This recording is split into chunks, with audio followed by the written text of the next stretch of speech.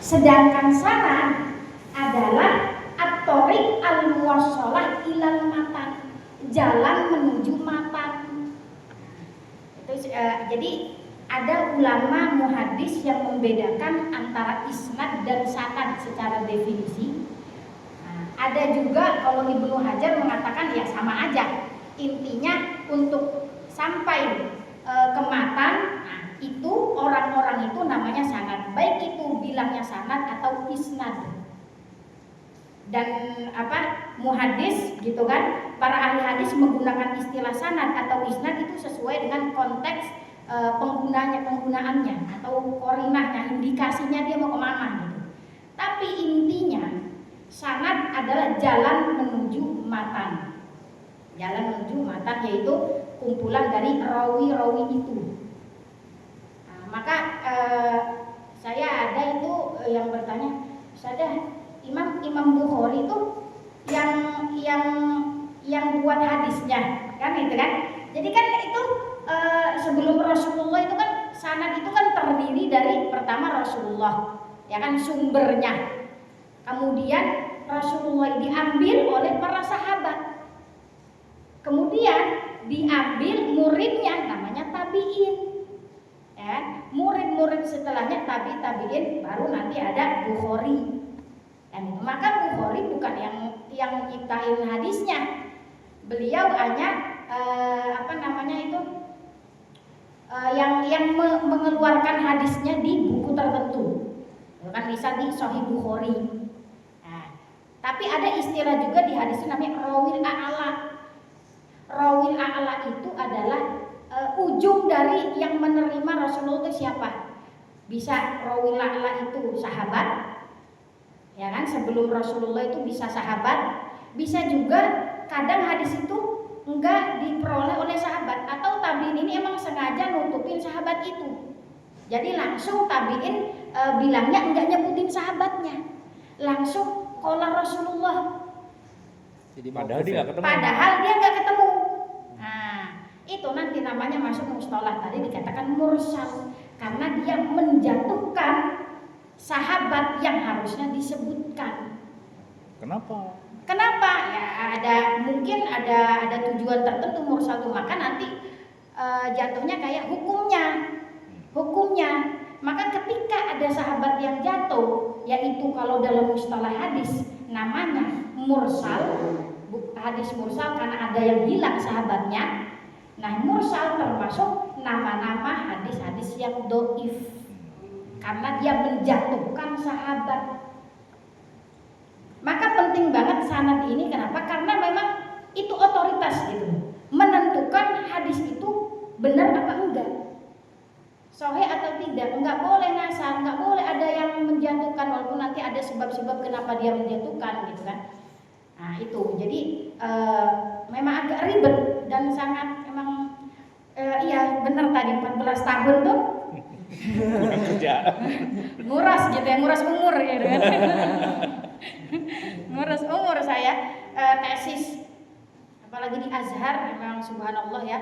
Kesabarannya, maksudnya kita berhadapan dengan beliau-beliaunya, antri karena satu orang megang 20 yang nulis gitu. Sedangkan satu orang saya 300 hadis harus ditakhrijin. 300 hadis ditakhrijin satu-satu. Yang satu hadis itu aja 10 lembar untuk mengetahui hukum itu. Dan di Azhar itu kita ditaklifkan, dibebani untuk ijtihad menghukumi. Kita harus menghukumin. Nah, nanti ada perbedaan ulama memberikan solusi bahwa orang-orang kayak kita tuh nggak bisa gitu sampai menghukumi hadis secara matan dan sanad dengan mengatakan hadis ini sahih. Itu kita nggak mampu. Karena nanti ada syarat hadis itu 5 dan ada dua syarat terakhir, yaitu tidak boleh ada yang bertentangan dan tidak boleh ada cacat. Itu sangat sulit saat ini. Bahkan ulama-ulama dahulu pun hanya orang-orang tertentu yang bisa menguasai syarat kedua itu sehingga dia bisa mengatakan hadis ini sahih. Maka solusinya apa? Solusinya kami diajarkan bahkan di tata cara mentahrid itu adalah cukup seorang peneliti itu mengatakan sanad dari hadis ini sahih. Jadi kita fokus ke sanad yang ada nih dari hadis ini, kita nemuin sanadnya ini dan kita mempelajari si rawi-rawi ini bahwa hadis ini benar enggak jalannya, rawinya itu orangnya jujur atau tidak, gitu kan? Nah, itu aja. Nah, sehingga ketika orang mengatakan sanad dari hadis ini sahih atau sanad dari hadis ini dhaif, itu sebenarnya kurang jami manik di bawahnya daripada ulama atau orang yang mampu mengatakan hadis ini sahih. Kenapa? Karena orang yang mengatakan hadis ini sahih, dia sudah mempelajari sanad dan matannya. Tapi beda. kalau Jadi beda ya? Beda. Sanadnya sahih dengan hadisnya sahih itu beda. Beda. Itu butuh kajian lagi. Kita juga tahu ya. Nah, karena matan. Nah, nanti Ustadz Hanif ya kan, nanti kan kita akan tentang matan yang kita mungkin akan fokuskan di sini, mungkin biar nyambung. Nah, itu. Jadi ulama dan kita pun di Azhar itu ibaratnya menghukumi hadis itu satu hadis. Udah tuh kan kita pelajari sanadnya. Bener enggak nih sanad dari hadis ini, apa dia ada sengaja dijatuhin gitu kan? Kemudian tapi nggak cukup sampai di situ, kita mempelajari sanad itu dhaif lah ternyata karena ada rawi yang nggak jujur atau rawinya pokoknya tidak sesuai dengan kriteria ulama jarh ta'dil. Kita dituntut mencari jalan lain, sanad lain, ada nggak yang matannya tuh nggak harus lafadznya tuh 100%, 70% mendekati atau bahkan fi maknahu, maknanya tuh sama, secara makna tuh sama, tapi jalannya beda, sanadnya beda. Cari itu kan gitu, makanya kalau penguji kan gitu, ini doif doktur lah, ibhas torik akhir, cari jalan lain. Walau fi maknahu, walaupun lafadznya tuh enggak 100%. Makanya fil akhir nanti kan kita katakan, oke, ini hadis yang kita pelajari itu ini nih pekerjaan asasinya mah, ya kan ini. Dan kita kan sudah mencari doif, makanya kita searching lagi tuh di software Maktabah Syamilah itu, gitu kan, dengan lafadz yang mau yang 70% atau bahkan fi maknahu, dan maknanya sama gitu, tetapi lafalnya beda, tetapi jalannya juga beda. Bahkan sahabatnya pun bukan Abu Hurairah, Abdul Ibnu Umar, gitu, tapi sama tentang wudhu, itu bisa menguatkan. Itu jadi bisa menguatkan. Maka sebenarnya tentang tuduhan yang mengatakan hadis itu dikit-dikit doif, gitu kan, dikit-dikit. Kenapa pakai hadisnya? Kenapa dalil itu pakai hadis doif? Padahal itu kekurangan orang-orang itu adalah dia enggak jamut turuk, mengumpulkan jalan itu, baik itu dari segi sanad atau matan. Asas banget itu. Makanya Ibnul Madini mengatakan idza lam yujma' turuqu lam ibaratnya enggak kelihatan khoto'uhu. Jadi selama kamu belum mengumpulkan jalan lainnya, baik itu sanadnya atau matannya, dan kamu hanya bilang itu dhaif dari satu jalan, itu enggak cukup. Lam yatabayyan khoto'uhu. Belum kedetek. Belum kedetek kamu. Itu belum gitu. Kamu harus nyari walau makanya nanti kan tulisannya kalau di takhrij sanadnya beda, sanadnya jalan lain, matannya pun lafalnya enggak sama, tapi maknanya sama. Kita tulisnya bimaknahu dengan maknanya. Itu salah satu mustalah kaidah dalam ilmu hadis untuk berarti maknanya enggak sama nih, gitu kan? Tapi lafalnya enggak sama tapi maknanya sama. Nah, tapi kalau lafalnya 70% ya udah dengan bilafdil muqarib, dengan lafal yang mendekati. Ada contoh nggak? Ada nggak ya di risalah aku ya di laptop ya? Yang saya ingat-ingatnya aja gitu, contoh ilustrasi.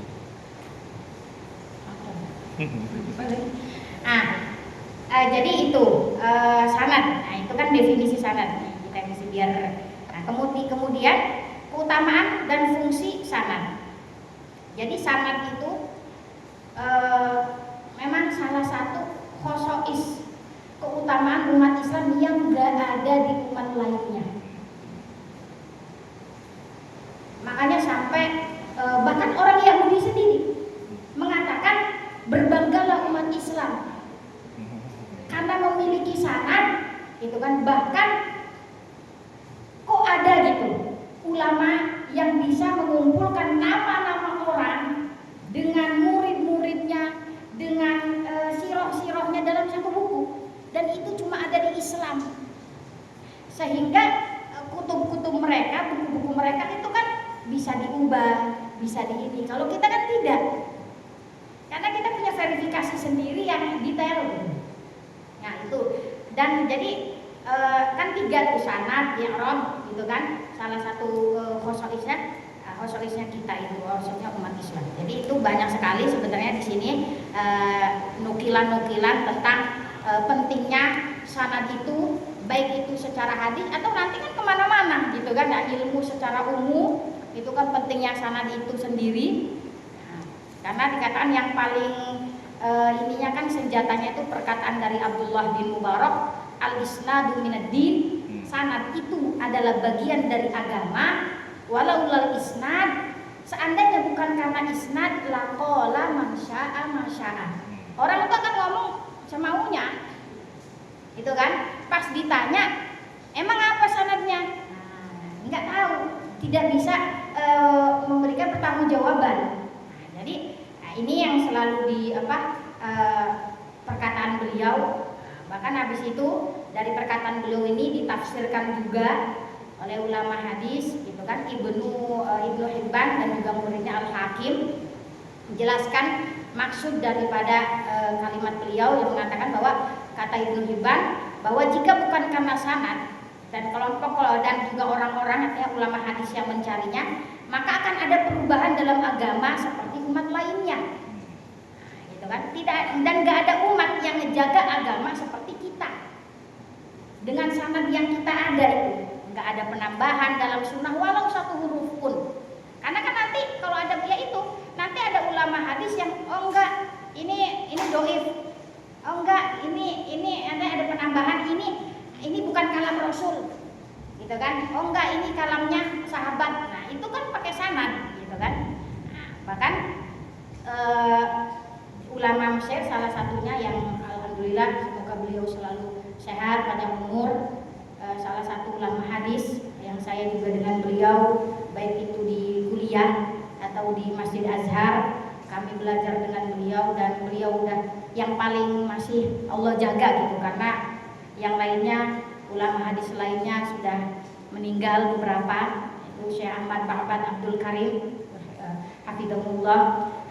Beliau itu pakarnya ilmu ilal. Yang saya katakan tadi bahwa salah satu syarat daripada hadis sahih, matanya nggak boleh ada cacatnya. Dan itu sulit sekali mempelajari ilmu ilal.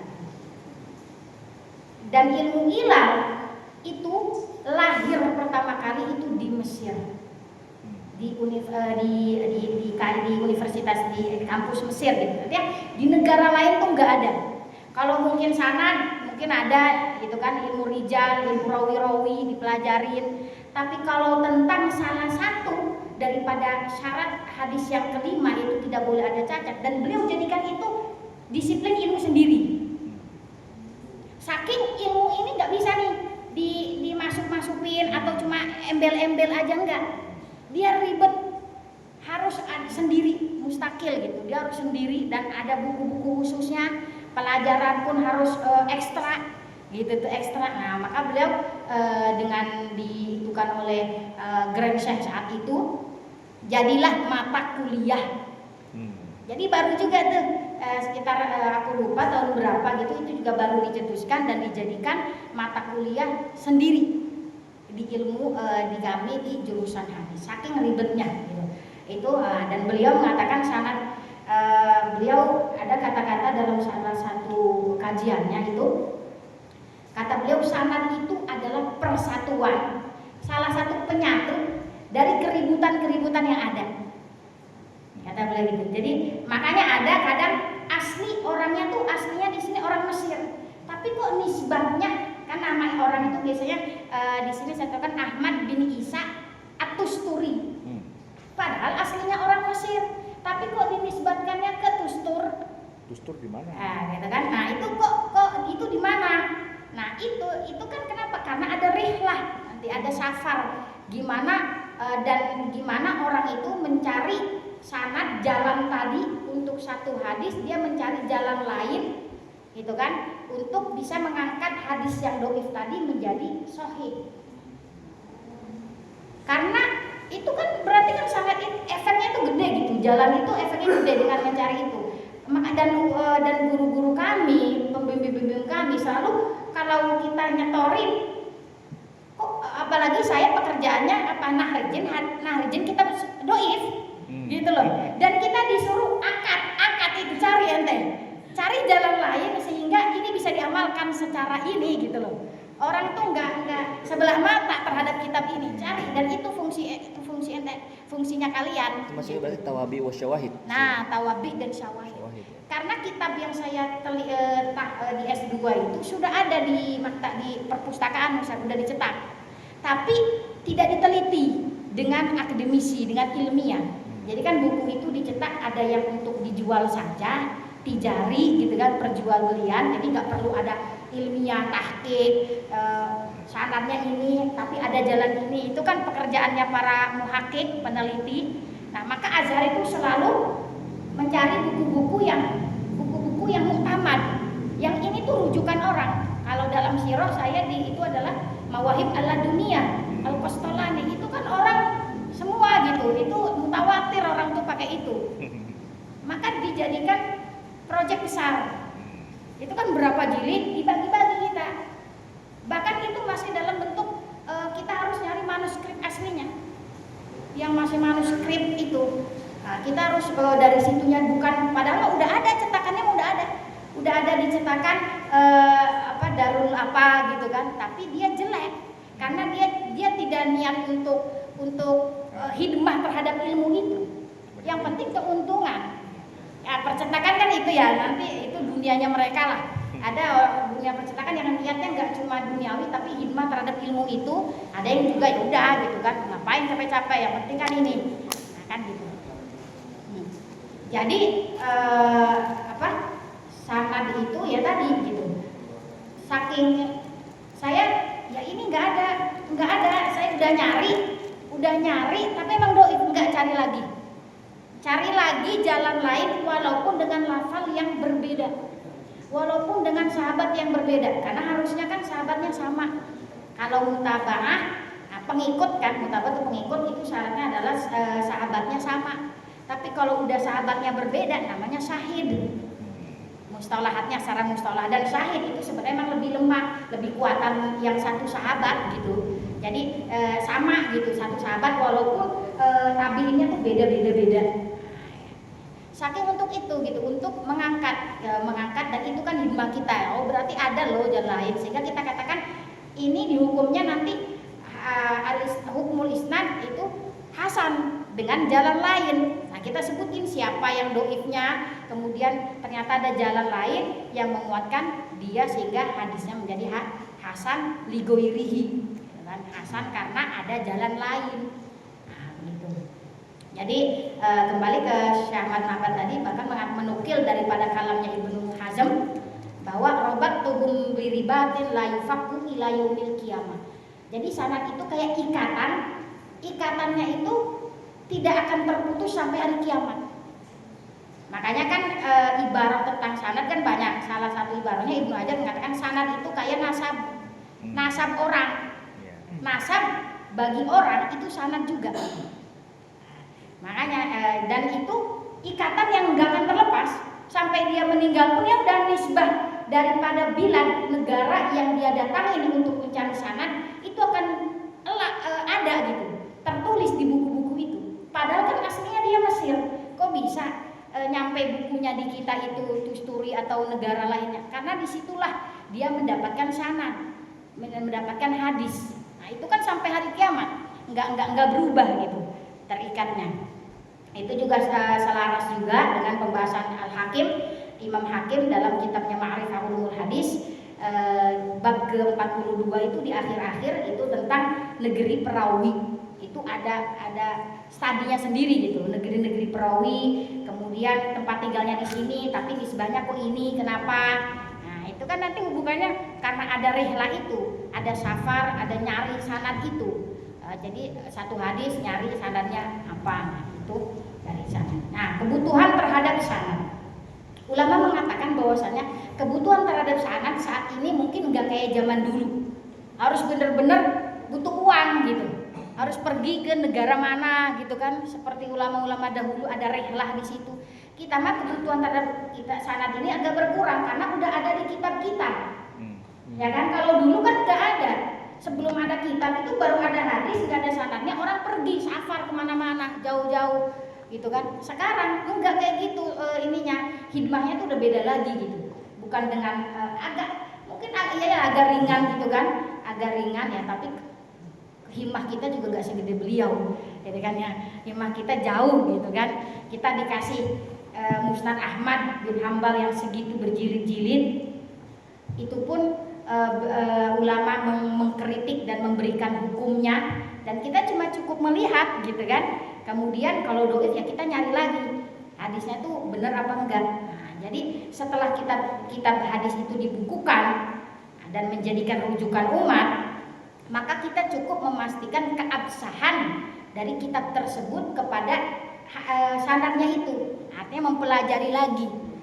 Maka nanti kan ada tuduhan tuh bahwa ngapain sih ilmu hadis, kan dia udah jelas semuanya, ngapain lagi kita gitu kan, udah jelas hadis-hadisnya. Dia bukan kayak ilmu fikih yang selalu ada permasalahan yang kontemporer.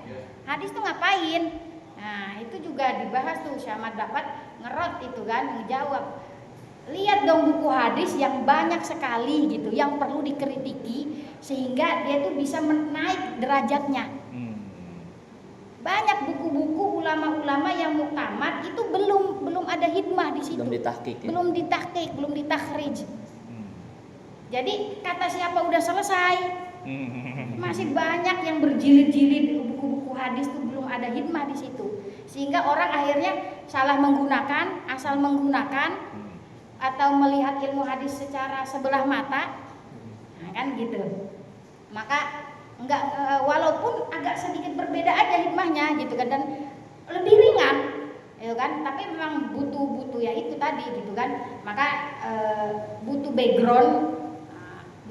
Maka sekarang ini ya saya juga balik Indo kemarin, setiap kali saya silaturahmi gitu, kamu hadis gimana mengemas hadis yang segitu rumitnya, baik itu sanad dan matan dan apa, yang kemasannya tuh mudah dipahami, yang bisa dijamah sama orang tuh gimana. Itu tugas kamu ketika kamu di Indonesia. Nah itu saya ya udah 6 bulan di sini ya masih mencari-cari juga gitu kan, gimana gitu kan mengemas ilmu hadis itu menarik gitu kan, tapi juga tetap dipahami sesuai dengan porsinya tanpa asal-asalan.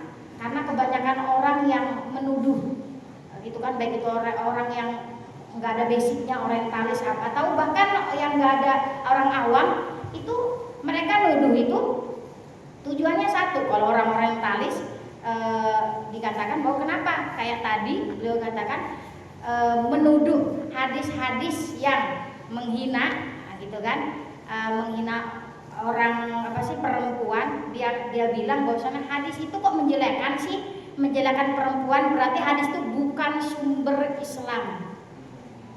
Makanya habis itu kan Syekh Ma'bad mengatakan mereka tuh intinya satu, pengen memberikan keraguan pada hati kita untuk tidak percaya lagi kepada sunnah. Udah buang aja. Banyak hadis-hadis yang tidak berpihak kepada perempuan lah, tidak apalah. Padahal ketika kita teliti, ya tadi menggunakan jam'u turuk lagi, mengumpulkan satu hadis yang mereka tuduhkan, ketika dicari jalan lain, matan lain, itu enggak gitu loh maknanya. Maksudnya tuh enggak gitu. Nah itu enggak bisa dipahami dengan satu hadis. Jadi menghukumi hadis itu sangat tidak cukup dengan hanya satu hadis. Harus dicari jalan lain dan juga matan lain yang bisa jadi dipahaminya Karena tadi gunanya pengikut-pengikut jalan-jalan itu adalah kan melebarkan makna yang sempit jadi lebar, atau ada perawi yang namanya nggak jelas nih, cuma Atusturi. Lah siapa coba Tusturi ini? Nggak nyebutin nama lengkapnya, cuma nisbah negaranya aja. Kita cari jalan lain, oh ternyata di buku lain mah jalan lain lengkap Ahmad bin Isa. Jadi memang kadang melengkapi itu fungsi daripada mencari jalan itu. Bahkan matan juga gitu. Kok matan di sini kayak mubham, nggak bisa dipahami gitu. Cari matan lain, oh maksudnya gini. Nah itu tujuan daripada mencari jalan. Dan emang itu sih mungkin nanti karena dan itu sangat ngambil waktu gitu. Nyari jalan lain, nyari matan lain untuk mengangkat hadis itu menjadi nggak doif itu butuh lama banget gitu. Kalau yang manualnya gitu kan, sehari saya ngangkat hadis doif itu seminggu kali ya, mesti untuk satu hadis ya. Satu hadis. Biar Biar iya, dan itu yang selalu coba cari jalan lain, jangan berhenti ke doif. Cari jalan lain, dan itu kayak yang diajarkan guru-guru kita tuh gitu. Saking biar hadis itu ya bisa diamalkan gitu kan. Karena mungkin kalau hadis doif bisa diamalkan ke fadilah-fadilah aja. Ya kan, kalau tentang hukum, tentang apa kan harusnya kan yang sahih gitu kan. Nah, tapi kan akhirnya kalau memang ternyata ada jalan lain itu kan bisa menjadi penambah dalil, penguat dalil.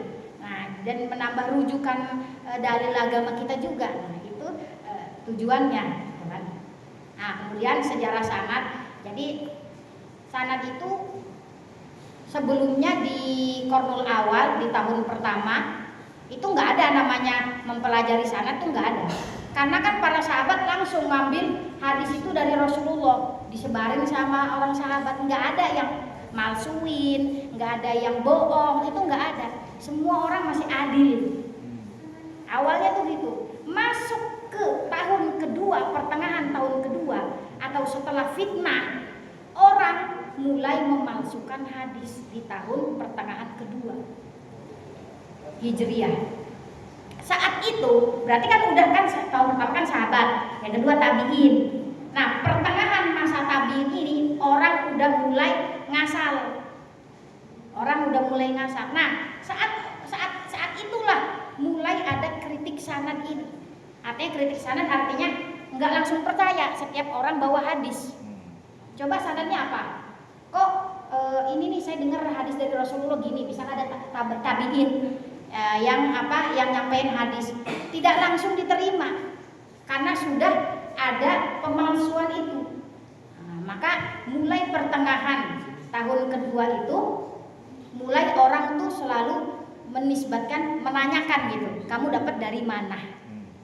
Nah, itu sejarahnya awalnya. Jadi setelah fitnah, jadi sebenarnya kalau para sahabat dulu memang belum ada gitu, udah percaya semua. Karena kan langsung mendengarkan dari lafaz hadasana apa-apa. Baru tahun pertengahan itu mulai ada memalsukan sehingga orang tidak langsung percaya, harus ngasih sanadnya dulu. Apa? Emang sanadnya apa? Baru kalau kamu nyebutin sanadnya saya ambil. Nah, seperti itu sejarahnya. Kemudian pengibaratan ulama terhadap sanad ini menunjukkan tentang pentingnya sanad. Ini juga banyak seperti tadi yang saya katakan. Sanad itu ya sebagai senjata bagi orang yang berperang. Ibarat saja ini Pak, artinya ibarat ulama tuh gimana sih ngibaratin sanad itu, karena saking pentingnya itu kan. Sanad itu ini Ibnu Hajar menyatakan bahwa sanad adalah nasab bagi buku. Hal itu. Nah, kemudian setelahnya pentingnya iltizam terhadap sanad yang bersambung. Kenapa? Khususnya orang-orang hadis itu kayak ada zauk tersendiri gitu, ada rasa tersendiri untuk berhati-hati terhadap ngedengerin hadis sanad itu nggak langsung percaya. Jadi kenapa? Karena ada perkara internal dan eksternalnya. Jadi yaitu apa maksudnya internal? Internal itu berarti adalah kembali ke diri rawinya itu. Jadi orang itu kayak kembali ke kitanya itu bahwa ini tuh hadis Rasulullah. Maka harus hati-hati nih. agar tidak masuk kepada ancaman bahwa man kadzaba alayya muta'ammidan falyatabawwa maq'adahu minan nar. Nah, jadi biar terhindar daripada kedustaan itu, secara diri mereka itu berhati-hati gitu. Karena tahu ini itu adalah hadis Rasul. Jadi internalnya setiap perawi itu berhati-hati. Nah, makanya mereka sangat berhati-hati untuk hadis itu harus bersanad, harus mutasil, bersambung. Nah, seperti itu. Sedangkan kalau perkara eksternalnya adalah bahwa dilihat bahwa hadis itu juga sumber syariat, gitu kan, sumber kedua. Nah, kemudian setelahnya peran rihlah dalam hikmah terhadap sanad tadi sudah kan, bahwasanya memang zaman dulu nyari satu hadis satu jalan aja sampai pergi 1 bulan, berbulan-bulan. Nah, kita hikmah kita semua tuh udah ada, udah dibukuin di depan kita. Tugas kita adalah apakah itu valid apa tidak. Nggak perlu kita ngeluarin uang, tapi ngeluarin waktu dan tenaga aja. Nah, maka saat ini cuma kita kan lagi itu gimana tenaga itu biar orang tuh nggak males gitu kan. Nah, harus bisa yaitu orang tuh bisa mengakses lah semudah mungkin lah gitu kan, dengan menuju apakah ini valid atau tidak dari hadis-hadis yang sudah ada dibukukan itu. Nah itu, jadi peran rihlah itu sudah mengkikis. Nah, sisanya adalah mencari keabsahan daripada hadis-hadis yang ada di buku itu. Nah, kemudian pengaruh sanad dalam kritik hadis. Kenapa sanad itu berpengaruh dalam kritik hadis? Nah, jadi kan untuk apa? Nah, itu salah satunya adalah untuk membedakan mana hadis sahih dan hadis palsu, mana hadis yang bersambung dan terputus, mana hadis yang dari Rasulullah atau hadisnya dari sahabat. Itu kan ada marfu, ada mauquf. Untuk ngebedain itu kan dengan sanad. Dengan kita mempelajari sanad, itu kan kita mempelajari satu-satu. Di situ kita tahu ngebedain antara kaidah-kaidah itu. Bahkan beberapa bentuk pengaruh juga adalah para perawi dinilai berdasarkan tingkat kepercayaan atau adalahnya. Kan bukan, jadi asasnya itu adalah orang rawi itu harus memiliki keadilan yang tinggi, dobit hafalan yang kuat. Nah, itu juga syarat rawi yang diterima. Itu adalah adil, hafalannya kuat. Itu kan nggak boleh berhujah dengan hadis sampai dipastikan tidak ada yang terputus. Tidak ada yang terputus. Kemudian juga riwayat dikumpulkan dari banyak jalur, kemudian kita bandingkan, kita teliti sehingga memberikan kesimpulan yang tepat, gitu kan? Enggak cukup cuma satu jalan aja. Nah, itu. Kemudian, nah ini tentang penelitian mendalam dalam sanad, atau kalau dalam kaidah hadis namanya as-sabru. As-sabru itu kan meneliti dalam. Ya tadi sebenarnya ini hubungannya as-sabr atau penelitian mendalam terhadap sanad ini. Begitu juga nanti matan juga, setiap sanad atau matan juga perlu diteliti dengan dalam, atau namanya as-sabr. Untuk itu, untuk apa? Untuk mengumpulkan jalan-jalan lainnya itu. Makanya Ibnu Daqiq mengatakan apabila berbagai jalur periwayatan dihimpun, maka sebagian hadis akan menafsirkan sebagian yang lain. Jadi bermanfaat gitu loh, satu sama lain tuh ngasih tafsiran yang berbeda yang saling melengkapi. Nah, bahkan Abu Zur'ah juga mengatakan apabila berbagai jalur hadis dihimpun, maka maksud hadis menjadi jelas daripada cuma satu aja. Nah, jadi as-sabr atau mencari jalan lain mendalam, nah tujuannya seperti itu. Dengan melalui as-sabr dapat diketahui hadisnya saling menguatkan atau tidak, jalur yang terputus dan yang tersambung jadi kelihatan, riwayatnya itu mauquf atau marfu. Nah, intinya semua itu, nah itu mencakup sanad dan juga matan. Nah, matan juga gitu. Jadi metode as-sabr ini adalah di matan juga di sanad. Tujuannya ya tadi, nah, kan menguatkan, nyari yang sambung, yang terputus dan lain sebagainya. Kemudian ada syubhat dari orientalis juga dengan mengatakan bahwa ahlu hadis hanya mengkritik sanad tapi mengabaikan kritik matan. Ini juga banyak sekali buku-buku itu kan, karena mereka mengatakan kita itu fokusnya hanya ke sanad aja, matan itu enggak disentuh. Nah, itu juga dijawab juga dengan bahkan di buku-bukunya sudah banyak bahwa kritik matan itu udah ada dari sejak masanya para sahabat. Nah, itu juga sudah dikritik. Nah, kemudian pembagian hadis menjadi hasan, doif, dan sahih itu juga mempertimbangkan sanad dan matannya. Nggak bisa ulama mengatakan ini hadis hukumnya sahih kalau cuma sanadnya aja, nah, ya kan? Kecuali ya tadi zaman sekarang bilangnya sanad dari hadis ini doif, itu baru dia nggak mempelajari sanadnya. Kayak saya ini, itu kan di Azhar itu yang kita bebani adalah cukup kamu hukumi sanad yang kamu pelajari, nggak usah kamu cari-cari matannya, pelajari sanad matannya itu gimana gitu. Karena itu makanya kita ngomong ibaratnya sanad dari hadis ini benar, sanad dari hadis ini hasan, bukan hadis ini sahih. Nah, seperti itu. Nah, tapi itu ada ulama-ulama dahulu mah ngomongnya hadis ini sahih.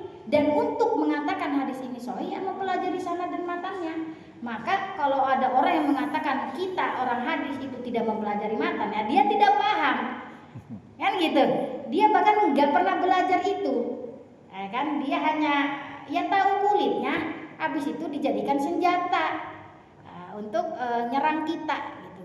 Ketika dipelajari mereka tidak ada basic apapun, ilmu hadis bahkan ilmu alat pun nggak ada, kan gitu. Nah itu. Kemudian yang terakhir di sini metode penelitian perawi dalam sanad. Nah ini endingnya, prakteknya. Jadi penelitian terhadap para perawi itu ada beberapa tahap. Yang pertama menelusuri biografi setiap perawi melalui kitab-kitab rijal. Kitab-kitab rijal tuh kitab-kitab khusus nama-nama biografi. Nah, biografi yang disusun berdasarkan ya ada yang Hijaiyah, ada yang buku-buku rijal, buku-buku perawi khusus sikot, khusus yang adil, ada juga buku-buku khusus yang lemah aja. Ngumpulin semua orang-orang lemah. Itu kayak siapa? Ad-Du'afa. Itu saya 8 jilid isinya orang doang. Gitu kan? Harganya 2 juta isinya orang doang gitu juga kan. Artinya tapi di situ kan pengumpulan beliau ya tadi ada yang berdasarkan hijaiyah, ada yang berdasarkan sifat dari rawi itu gitu kan, yang lemah, yang dhaif gitu. Dan itu untuk kita mentahrijh itu kalau mau mempelajari sanad yaitu menelusuri biografi setiap rawinya itu melalui kitab-kitab rijal. Kemudian yang kedua itu kan kita udah tahu namanya siapa, karena kan kayak tadi kadang dalam hadis namanya Ahmad bin Isa aja. Ahmad bin Isa itu miliaran jutaan. Ahmad bin Isa siapa? Itu ya Allah, itu yang berminggu-minggu mau tahu hukum hadis ini, karena Ahmad bin Isa itu kan banyak. Ketika aku cari Ahmad bin Isa itu keluarnya ratusan, ribuan. Nah, maka itu pentingnya coba deh jalan lain. Oh, jalan lain ternyata menyebutin negaranya. Nah, Atusturi. Ya, berarti ini yang saya cari, ini yang harus saya pelajari. Gitu. Nah, itu taunya apa dengan jalan lain. Kalau nggak ada jalan lain, saya nggak akan bisa ngukumin itu. Karena Ahmad bin Isa siapa? Saya sering juga ketika di sidang, oh kamu salah orang nih, itu sering. Ya iyalah, orang 300 hadis, satu hadis ada 20 orang dikali, ya wajar kalau aku salah orang gitu kan. Nah, itu sering salah orang. Jadi saya hukumin endingnya apa? Doif. Karena saya kiranya Ahmad bin Isa yang doif. Ternyata bukan yang doif, ada Ahmad Isa lainnya yang dia itu jujur. Maka udah salah orang, salah hukum. Salah ini kamu, harusnya nggak doif. Dan itu tuh lumayan gede gitu kan salahnya, karena salah menghukumi gitu kan. Artinya kamu kurang teliti, kamu nggak nyari jalan lain. Nah, bukan ini orangnya, itu banyak lah. Tapi ya kalau 10 dari ribuan orang saya kira masih mumtaz gitu kan, masih kamlot gitu. Karena yang salah kan 10 orang gitu, yang saya pelajarin itu kan ribuan gitu ya. Jadi masih dapat kamlot gitu. Alhamdulillah gitu kan, nangis darahnya ya gitu. Jadi yang kedua tadi merujuk kepada pendapat ulama jarh ta'dil untuk mengetahui keadilan dan kedobitan, kejujuran hafalan dari rawi ini. Jadi pertama nyari nama orangnya, habis orangnya benar-benar itu, nah itu kan benar-benar sesuai, itu kan gurunya emang itu, karena Ahmad bin Isa ternyata dia juga punya guru yang sama. Nah, jadi harus dipastikan gitu kan, harus, makanya salah satu ajarannya itu kalau kamu mau nyari orang, coba kalau kamu nggak dapat di biografi buku, kan ulama ada biografi, nyarilah gitu kan Ahmad bin Isa, siapa gurunya, kok nggak nyebutin sih yang guru yang ada di sanad saya gitu kan, dia nggak ada, berarti ini bukan gurunya. Ya udah deh, aku nyari gurunya, di biografi gurunya dia punya murid namanya Ahmad bin Isa kan. Jadi dua-duanya kita cek. Untuk kadang memang ada yang dia tidak menuliskan gurunya, tapi di nama gurunya nulisin nama murid itu. Oh enggak, berarti ini.